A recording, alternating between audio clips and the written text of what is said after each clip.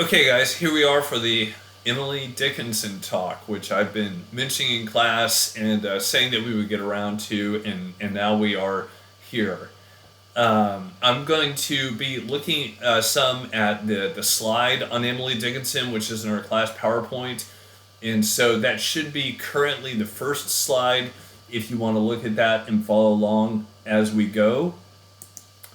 And so looking at, if you look at that slide, that the photo of Emily Dickinson, which is the most famous photograph of her.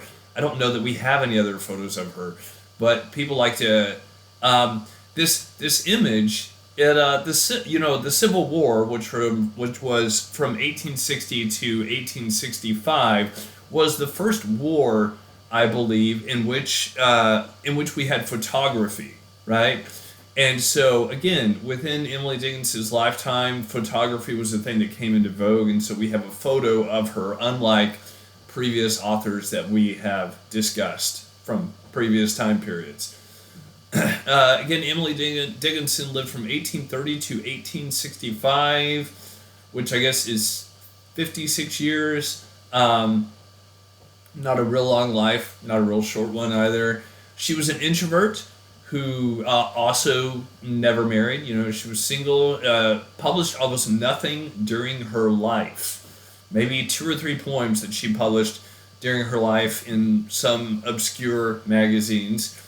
After her death, her sister discovered almost 2,000 poems in a box in her room. Okay? I don't know. Her sister must have not paid much attention to her, or her family that they didn't know, or maybe they did know about her poetry. But yeah, almost 2,000 poems that she had in a box. And her poems were heavily edited by her sister, that should be sister singular, and others who cut out her eccentricities, her use of dashes and odd punctuation that we find throughout her writing. And, you might be tempted to be really annoyed with her sister for going and cutting out the eccentricity from her writing, even at many points changing the wording of Dickinson's poetry, because her sister would be like, I don't think that rings right. I'm going to change the wording on that. And so some people would be seriously annoyed, but my sister commented to me one time talking about a similar situation with another author, some of the Russian authors who originally got introduced to the English-speaking language because there was a woman, Constance Garnett, who just loved Russian literature and decided to start translating it into English.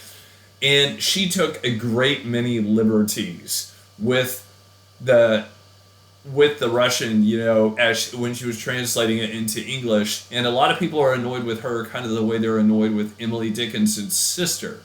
But one of my sisters commented to me once, well, she may have taken liberties, but at least she introduced the English-speaking world to Russian literature. And I'm like, good point.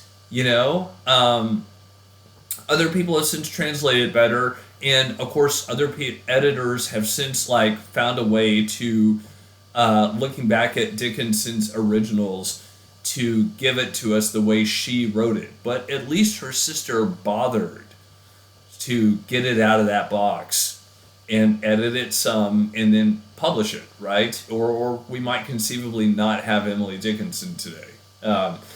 And so kudos to her, even though we're annoyed with some of the changes she made. But we have the originals today published the way that Dickinson wrote it down. More about Dickinson. Her poetry, she did get it out to neighbors and stuff. She was into gardening, and as the story goes, she would sometimes give baskets of flowers to neighbors and stuff. And if you want to, I am somewhat doubtful of this, but I've heard people even say that one person talking about how she would actually lower baskets of flowers out of her window, kind of like trying to make, really blow up the fact that she was an introvert, how she wouldn't even go out. She would just lower flowers from her window. Somehow I'm very doubtful of that story. But she did. She would give flowers from her garden to neighbors and stuff, and sometimes she would include some poetry in there, and the neighbors would comment that they liked the flowers and didn't get the poetry, as is very common in small towns. Like when you're an artist, where people are like, I don't get it. And so that was Dickinson and her poetry in her lifetime. Of course, it probably also made it difficult that she was so introverted. She had very acute senses. Also, her parents, whom she lived with, would have guests over to the house sometimes, and I've read that Dickinson, after sitting for a few minutes, interacting with the guests or even just watching the guests, would have to go to her room because the sensory overload of just seeing the way that the guests would, bat their eyebrows, bat their eyelids, or facial gestures they had or something would just be too much for Dickinson. And she would have to go to her room and lock herself away. And so she had this heightened sensory awareness. And today, who knows? She might have had some kind of diagnosis for all of that, which they didn't have that kind of thing back then, right? But connected to her acute senses, she wrote about things that others might not notice. She often wrote about insects, flowers, etc. That poem we read a while back about her hearing a fly buzzing when she died, that sort of thing, right? It brings to mind one of my favorite poems by her, which I memorized back years ago, probably 20 years ago. I've memorized several Dickinson poems because I really like her. But one poem, I'll just recite it for you. It goes, "Go not too near a house of rose. The depredation of a breeze or inundation of a dew alarm its walls away. Nor try to tie the butterfly, nor climb the bars of ecstasy. In insecurity to lie is joy's ensuring quality." So in this poem, "Go not too near a house of rose," hey, you get it. She's talking about flowers. She's talking about butterflies, the small things, right? And kind of like Wordsworth on that note, right? But she, you get the feeling from her poetry. She regularly focuses on the small things, right? But again, kind of the point of that poem being that, you don't want to touch a rose. You don't want to try and tie a string around a butterfly so that you can possess it, so that you can own it. Because one of the things about the small joys in life, the small happinesses in life, and maybe even bigger joys, bigger happinesses, is that when you try and grab them and hold on to them so that you don't lose that moment, so you stay in that moment, that's when it kind of falls apart in your hands, right? And so she's like, you can't tie a butterfly, you can't go playing with a rose trying to hold on to it because it'll fall apart, right? Yeah. Okay. So coming back around to our slide here, Dickinson. She rarely wrote on big social issues and events of her day, i.e., slavery, the Civil War, women's rights. Instead, she preferred to focus on domestic matters and the torments of her own soul. I think of a poem that we read earlier this semester. "Success is counted sweetest by those who never succeed," right? Talking about how she was like, who really understands, who really gets success? Well, it would be the people who could appreciate it the most might be the people who never achieve it. Because they're the ones who want it the baddest, right?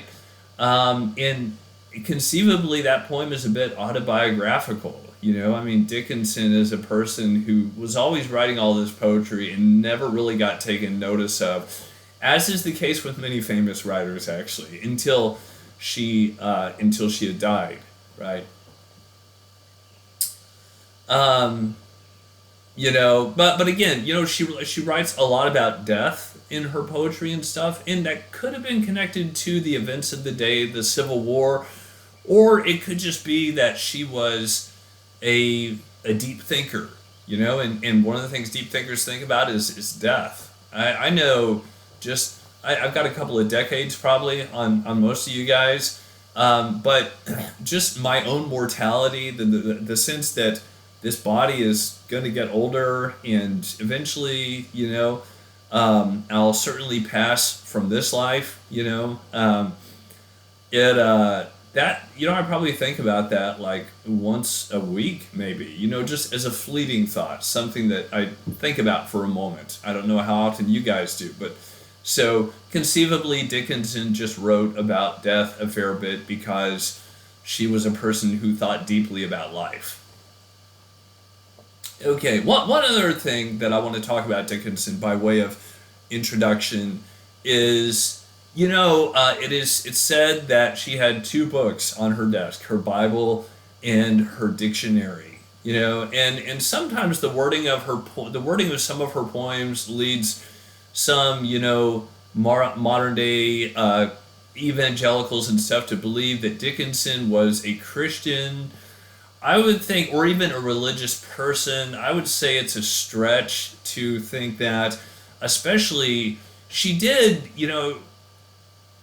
she wrote a fair bit about biblical stories and stuff. So there are a number of her poems that elaborate on biblical stories, but they often do so in a very critical way. She's critical and or cynical. She's often cynical of biblical characters and even of God, within the Bible. And so the way that she writes about such themes, I would think you would have a hard time pinning her down as a Christian, so to speak, or as a religious individual. You could more just argue that the Bible itself is just central to Western culture. And so of course she had a Bible, and of course she wrote poetry about it sometimes. Even today, within the past year, there was a Hollywood musical that came out, The Book of Clarence, which was about a guy who is a brother of one of Jesus' disciples and recounts events from Jesus' life. So, a Hollywood musical just came out on the theme. There's a really popular television show right now, The Chosen, which is out on the theme of the Gospels, of the stories around Jesus' life. And so it's all through our culture, through our music, our art, our literature, even today. And so it's kind of like, it's almost like, of course, it makes its way into Dickinson's writing. If it's even ubiquitous in our own culture today in the 21st century. So the other book that was on her desk was her dictionary. And you might be like, well, of course, she was an author. But I think of that as like, particularly relevant to Dickinson because Dickinson was a wordsmith. I've tried to sit down and just read through a book of Dickinson's poems, and I gave it up because she's very challenging. Her vocabulary is challenging. She would take these words that are just like, what does that word mean? And then she would work them into her poetry, even giving them different meanings than they might normally have, like tweaking the meanings within the context of her poems. And so she's fascinating. She's very challenging, vocabulary wise and stylistically. And so it's kind of like it means more that she had a dictionary on her table than it might mean that other writers have used their dictionaries too, right? Okay, so all that said, by way of introduction to Emily, a little bit longer introduction than I've given for any other poets because I just find her fascinating. She's a person you like to talk about. The poem that we're going to be focusing on today is called, it's perhaps her most famous poem, perhaps her most recognized poem. It's called Because I Could Not Stop for Death. And so there's a link there under the video if you want to open that, and you can follow along as I read this one. Because I Could Not Stop for Death. One other thing, Dickinson didn't like to title her poems. She never titled anything to all appearances. And so they're all titled by just the first line. All right? Because I could not stop for death, he kindly stopped for me. The carriage held but just ourselves and immortality. We slowly drove, he knew no haste, and I had put away my labor and my leisure too, for his civility. We passed the school where children strove at recess in the ring. We passed the fields of gazing grain. We passed the setting sun. Or rather, he passed us. The dews drew quivering and chill, for only gossamer my gown, my tippet, only tulle. We paused before a house that seemed a swelling of the ground. The roof was scarcely visible, the cornice in the ground. Since then, 'tis centuries, and yet feels shorter than the day. I first surmised the horses' heads were toward eternity. Okay, so let's just go through and talk about this poem. Death, she brings in personification, right? Death as an individual, as a person. And she's just too busy, as we all are too busy. We've got so much going on in life, right? She's like, I was so busy, I couldn't stop for death. Didn't have time for him. And so he kindly stopped for me and just opened his carriage. I hopped into his carriage. Carriage held but just ourselves and immortality. Immortality is living forever, right? And so, again, she's a bit vague, Emily is, when she talks about spiritual matters. She could be referring to her own belief that we live forever here, or it could just be another term for death, immortality, right? And so we slowly drove. He knew no haste. Death is not in a hurry. He's got all the time in the world, right? Slowly drove, he knew no haste, and I had put away my labor and my leisure too for his civility. I was like, okay, sorry, this thing that I was working on, I'll put that away. And my hobbies, I'll put those away for a bit because you're so nice. You're so civil. Death is a gentleman, right? We passed the school where children strove at recess in the ring, the kids playing a game out there, right? We passed the fields of wheat. We passed the setting sun, or rather the sun, and that's he there is the sun. She's a bit tricky. He is not death there, he is the sun. We passed the setting sun, or actually the sun passed us. The dews drew quivering and chill, for only gossamer in my gown, my tippet only tulle. Basically, she's wearing lots of lace and frilly stuff, and, she's not really dressed for night time, and so she's like, it got a little bit cold. That might also be because she's dead, right? We paused before a house that seemed a swelling of the ground. The roof was scarcely visible. The cornice, you can look that up if you want to know what that is. I don't, right? But it's like when you're in an airplane and you're taking off, right?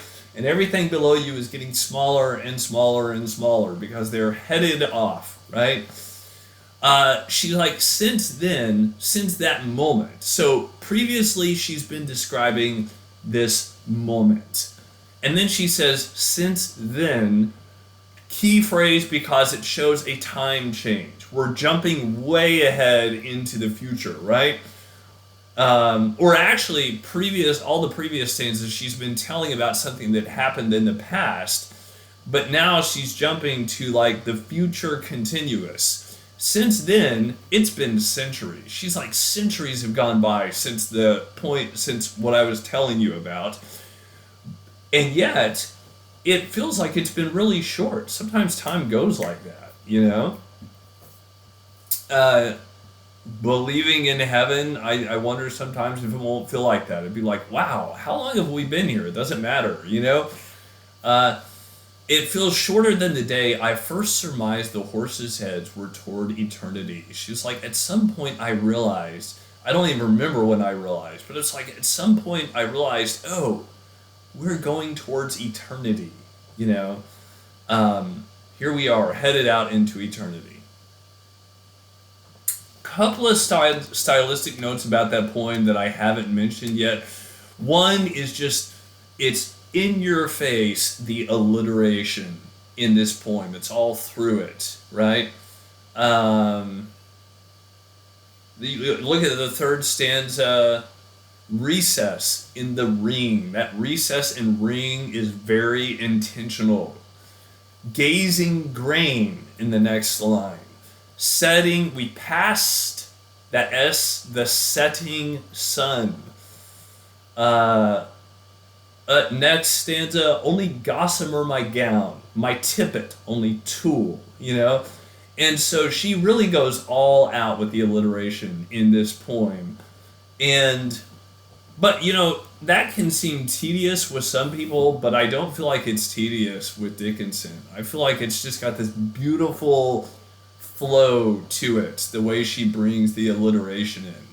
And you're welcome to notice any other stylistic things that she has going on and discuss those if you want to, or whatever else you want to talk about related to Dickinson in this poem in the comments section. All right. Thank you for listening.